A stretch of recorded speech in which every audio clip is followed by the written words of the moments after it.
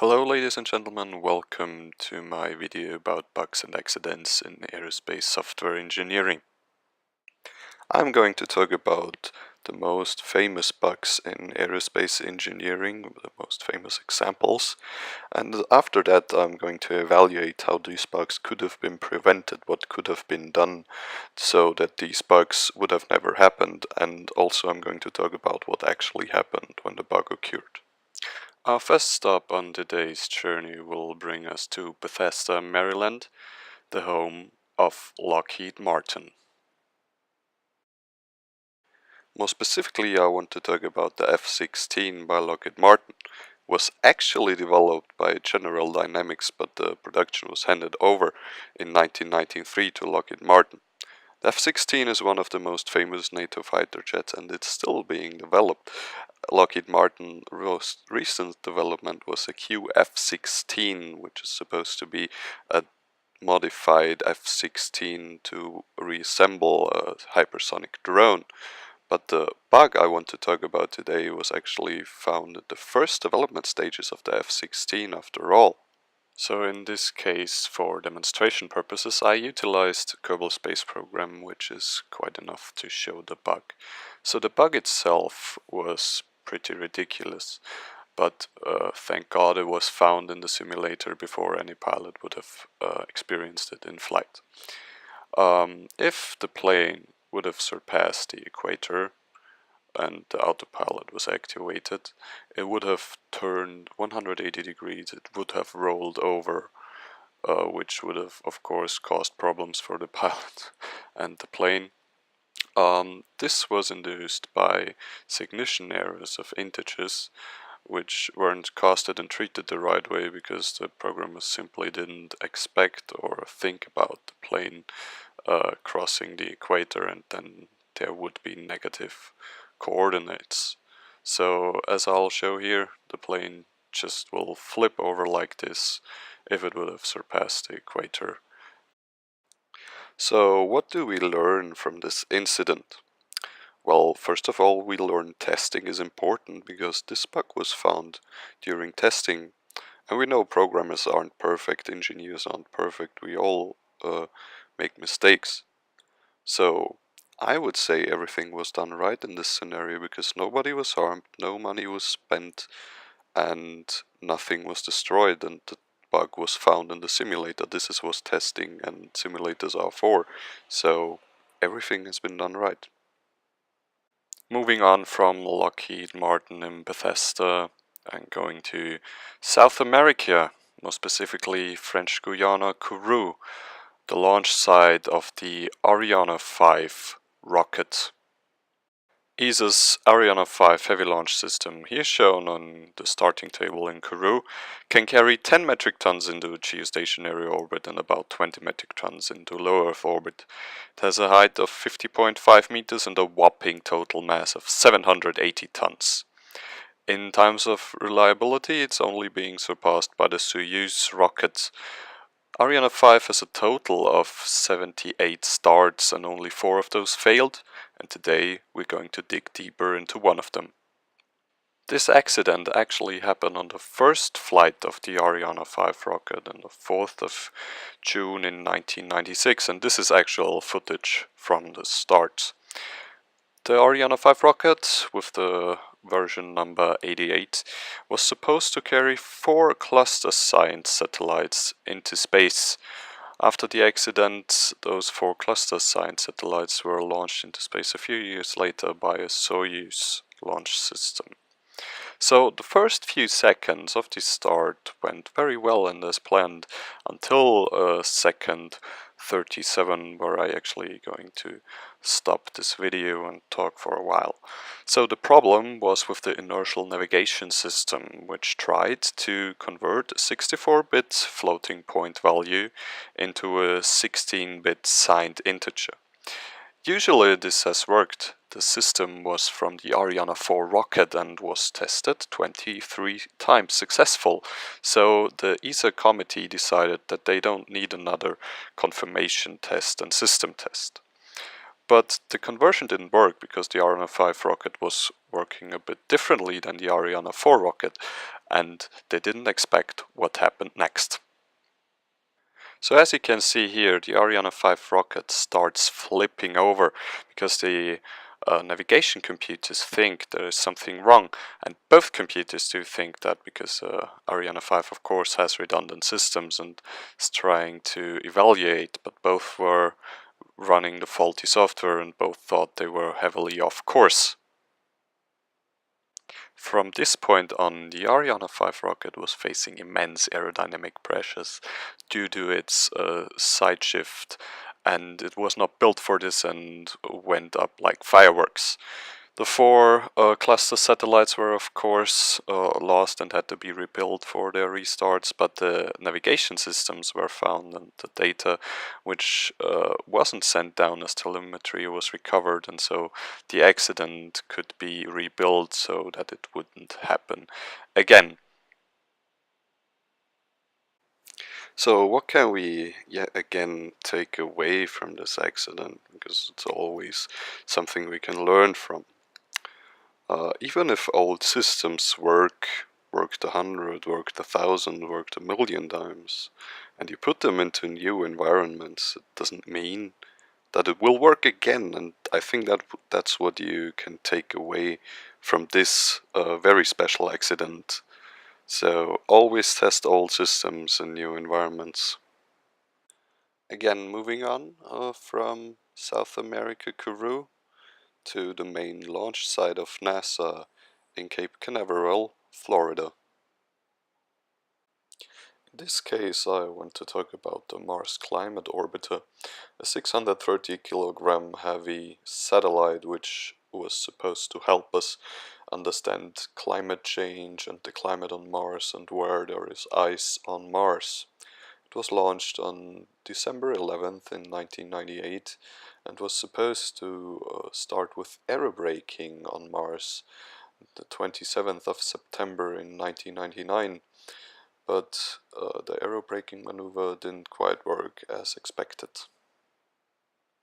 As shown in this picture, the highly elliptic entry orbit of the Mars Climate Orbiter was supposed to be lowered down to a more circular orbit. This procedure of aerobraking is very common because it needs no to just a little fuel to get into a lower orbit, which is of course very important, so you don't have to take as much fuel with you. So it's a very efficient procedure. But as I said, it didn't quite work out with the Mars Climate Orbiter. In this case, again, Kerbal Space Program being my weapon of choice for a little demonstration.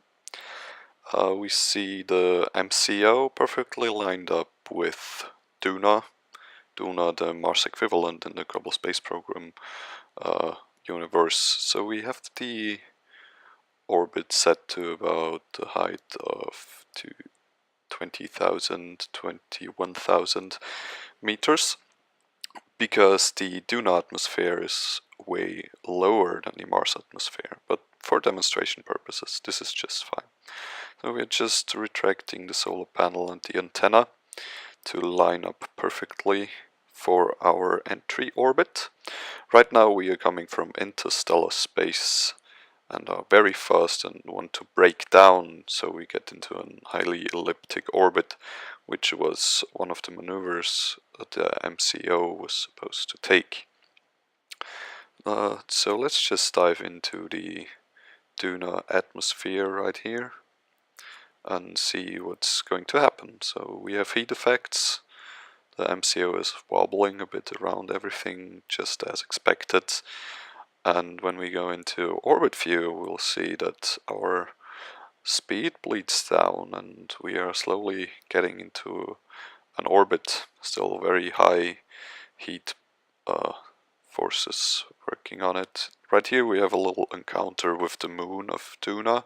It's called Ike, but that will not get in our way because we get into a perfect orbit just as it was supposed to work with the MCO. Slowly leaving the atmosphere here, but sadly it didn't work as expected, because it did work, as I'll show you next. So what actually happened was as shown in the following. So MCO was lined up, but the periapsis was actually too low to get into the desired orbit. In fact, scientists aren't quite sure about this, but it either crashed into the surface of Mars or it exploded while being too deep into the Martian atmosphere. So in this case, I lowered the periapsis to 16 kilometers. Well, this is Duna atmosphere, be aware of that. Duna and Martian atmosphere are very different, but for demonstration purposes, it's enough. So we're going down and we see that we are starting to have atmospheric effects, and we are again facing immense heat while a little rocket motor passing by on the left right here. And we are waiting for our entry orbit, but as we can see here, oh no, we're getting too low. In fact, we are going to crash down on the surface of Mars. So why did the MCO go that low into the Martian atmosphere? That's the question that has to be asked in this scenario. And the answer is quite astonishing, because it was a conversion error between meters and feet. Two different teams were working on the software in this case, and apparently both teams thought they were working in the right unit system. So feet and meters of course don't add up, and this is what made the MCO go that low into the Martian atmosphere. So this graphic shows us the actual trajectories the Mars Climate Orbiter took when flying on Mars and doing the first flyby. So the planned trajectory was at about 226 kilometers. But, well, as I said, there was a conversion error and it went as low as 57 kilometers. 57 kilometers being way too low in the Martian atmosphere. The engineering team was a bit suspicious about the big correction burns the Mars Climate Orbiter did, but it was within the fuel budget, so nobody was too suspicious of the problem, and so the bug wasn't caught before any harm was done, and the Mars Climate Orbiter eventually was lost. Bringing us again to the most important point of this segment. What can we learn from the Mars Climate Orbiter accident? What can we learn from these mistakes that were made? So the mistakes were actually very simple. It was not converting imperial units to metric units and vice versa. Those two teams did not know that the other team was using the other system. So standards and specifications, which would tackle the problem and set, as it is called, a standard for which unit is used, whatever it is, metric or not, would have prevented this error. So standards and specifications are very, very important. Leaving Cape Canaveral, at least for now, going around the planet to Saudi Arabia, the Haran, the battlefield of the Gulf War. So in this case there were two aircraft involved. The first, the one that actually failed, was the Patriot system developed by Raytheon. It is used by many countries, and it is a defensive rocket system. Well, as defensive as a rocket system can be. In this case it was used in the Gulf War on February 25th, 1991. So the Patriot's mission was to intercept a Scud rocket.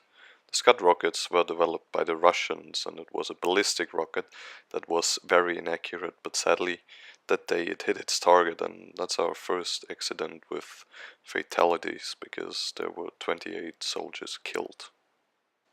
Okay, so let's go for a bug hunt and find out what happened that day with the Patriot system. So, first of all, the Patriot was not built for this, but software engineers were taking account of this and updated the time taking, which was the problem because it was rather inaccurate. They made it more accurate, but the accuracy procedures weren't implemented in all sections of the code. So you had some equations where actually a corrected time was somehow combined with an uncorrected time, and basically all your corrections were gone. So this was how Patriot took time. Every 10th of a second you had an error of about 2 to the minus 20, which isn't too high at first, but this very system, or the error queue, was online for about 100 hours, and this added up to 0.343 seconds. Still doesn't sound too much, but if you think of how fast those two rockets were, the Scud rocket and the Patriot rocket, and you do the math to it, you add up to about 0.57 kilometers of delta distance, so the Patriot missed the Scud by over half a kilometer. And of course, you had no chance to destroy a rocket in that distance with an explosion as the Patriot did. So in this case, 28 people died, 28 lives were given, and you really want to make sure that this never happens again. So let's take a close look at what you can learn from this accident, so it will never happen again and no more lives have to be given. First of all, accuracy obviously is key. So as we saw, the inaccuracy was just 2 to the minus 20 per tenth of a second, but in the end it added up to 0.343 seconds, which still sounds kinda small. But at this speed the Scud and the Patriot were flying, it was really quite significant. And in some softwares it might not be significant, but you have to do the math before you have to take this into account. And the second thing, software engineers were aware of this and tried to correct it. But in the very beginning I said that the Patriot system was 20 years old, and this is just an assumption of mine. I guess that not every programmer that worked there was working there for 20 years. Maybe even most of the development team was a new team.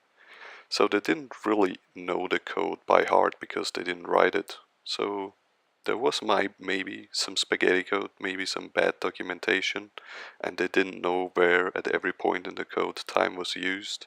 So they couldn't really correct it the right way. And so you have to make sure that you don't write spaghetti code. And you've got to document what you're doing, because you're not sure if somebody else is going to work on the code or has to work with parts of your code. And if you don't document it, nobody really knows what you do, and just take it for yourself as doing yourself a favor, because if you have to work with code that's not documented, you wouldn't like it either.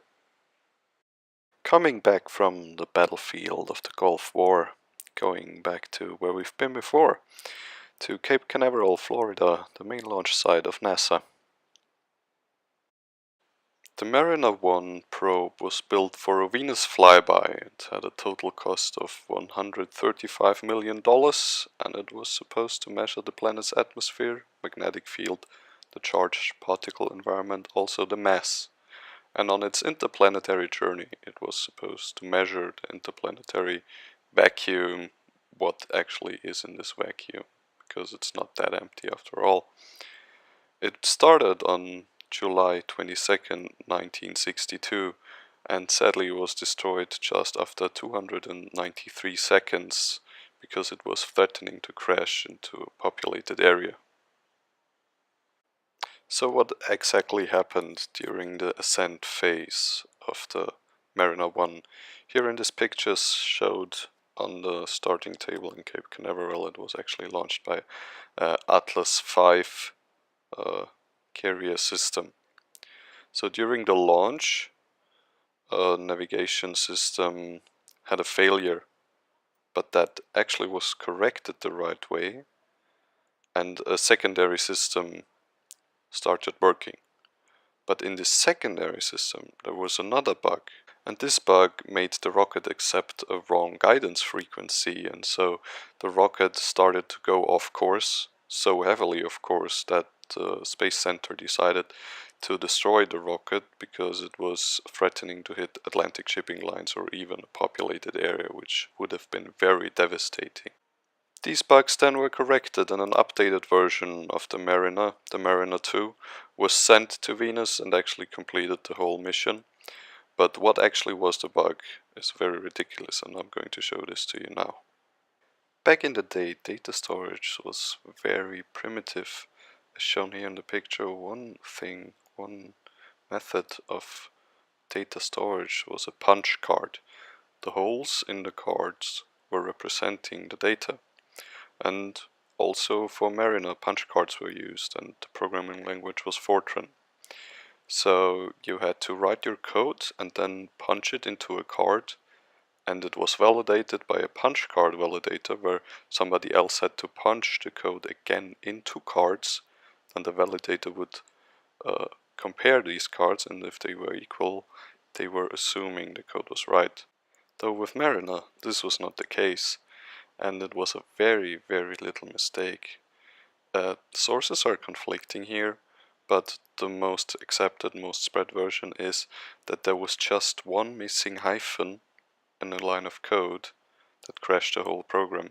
It is more famously known as the most expensive hyphen in programming history. Other sources say that instead of a comma, there was a point in a for loop. So sources are conflicting, but you can expect that it was a very minor bug that crashed the whole rocket. Bringing me again, and I think I cannot emphasize this enough, to the most important part of every failure. What can we learn from this? What can we take away from this? And how can we do it better next time? So I think since the Mariner mission is very old, we already learned our lessons from that. But just let's go through it if we would have been back then at the point to think about, okay, how can we improve? So of course we need better checkups, because if our punch cards fail and fall through the checkup system and such little errors that really should be found aren't found, we really need to change up the system. And of course we need more reliable, and I think in this case more readable storage. A human eye, I assume, would have found this error, because punch cards cannot be read by the human eye, and a normal programmer would have seen it just looking over the code, and in these punch cards there was just by accident the same error. And for now we will just stay in Cape Canaveral and take another look at one of NASA's software bugs in one of their missions. So this time it brings us back to Mars with the Mars Polar Lander. The Mars Polar Lander actually was in the same program as the Mars Climate Orbiter, the so-called Discovery program. And the Mars Polar Lander was also, as the Mars Climate Orbiter was, trying to help us understand more of the Martian atmosphere and the climate on Mars. But it was also equipped with a robotic arm and some sensory to find out if there was any subsurface ice on Mars and on the poles of Mars. Unfortunately, Mars Polar Lander was not able to provide us with the data we wanted, because it crashed just seconds before its touchdown. So here we have a very nice graphic of the Mars Polar Lander landing procedure. So for high altitudes it of course had a heat shield so it wouldn't burn up. Then it had a parachute and was shooting down to about 1.3 kilometers and was then slowly thrusting down to the ground, and then was supposed 20 seconds after touchdown to start deploying the sensors. But when the very last part, when it was thrusting down towards the surface of Mars, there was an accident that occurred, and the bug that caused this accident was actually known. So what happened was, at about 40 meters height, the thrusters just stopped and the Mars Polar Lander just crashed down to the surface, and sadly didn't survive the crash. But why did it do that? The landing legs of the Mars Polar Lander were detecting whether the spacecraft was touching down on Mars or not. But in the development stages they found out that it's very likely that one of the legs would bring up a faulty value so that the lander would think it would have landed. So this was actually a known problem. But somehow though, which would have been very, very important, the information of this problem didn't make it through to the development team, and so the software wasn't taking account of that there might be a faulty landing value that just maybe one of the legs would tell you, okay, well, we have touchdown, and if it's just one of the legs, it's rather unlikely that it's a true value. So it would have been rather easy to prevent this, but it didn't make it through, and so Mars Polar Lander was lost. So always learn from your mistakes, and there's no difference in this case. But we have a new thing we can learn. The bugs before were sometimes similar in terms of what we can take away from them. Because what we didn't have before was actually that somebody was having the knowledge of the bug, but the bug was not taken account of, and the problem was not taken account of because the team that was responsible for that area didn't have knowledge of the bug. So of course better communication can be key in preventing failures and even losses of spacecraft. But also the team that was responsible could have went through more test scenarios, thinking, okay, what if, the leg gives us a false true value? What do we do if that happens? So we definitely learned something new with this very software failure. And this brings me to the end of my video, and let's just summarize and put together the 3 most important points we've learned about today. So, of course, documentation is very important, standards and specifications. Every kind of document, programmers tend to just to write code and don't want to document it because of course they know what they are doing, but for everyone involved it's easier to have a documentation.